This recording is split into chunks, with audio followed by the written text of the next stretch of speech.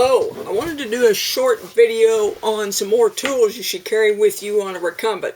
I had a viewer remind me that chain tools would be a very good thing to carry with you, so I wanted to do a video on that today. This is a Pedros chain breaker, and it's a very nice chain breaker.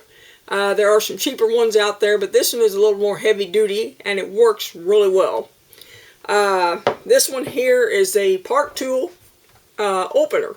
It opens it up, the link up, if you need to take a link out or you need to add a link or, have something break or whatever. And it's also good to, of course, have a master link with you. And maybe even a little piece of chain. Sometimes you might need that also. But just be sure to carry the speed of chain you need. If you have a 30-speed trike, you need a 10-speed chain because it's usually 10 in the back and 3 in the front.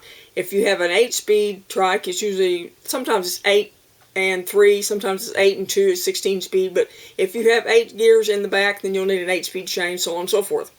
And if you want to know how to find out how many speeds you have, you can either look on the shifter on the right hand side, or you can count the number of chain rings on the back, and that will tell you what speed chain you need.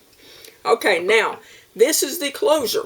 The closer right here is good for closing the master link. And that makes sure that it ensures that it's closed, and of course your chain doesn't come apart when you're out riding again once you get it fixed.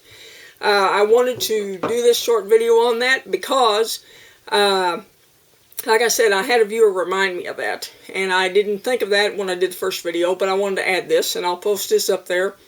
And I appreciate you watching. I try to answer the comments as I get more videos and more viewers. It's probably going to be harder to do that, of course, but I'm just starting out, so right now it's not a big deal. But anyway, I want to thank you for watching, and folks, have a good day.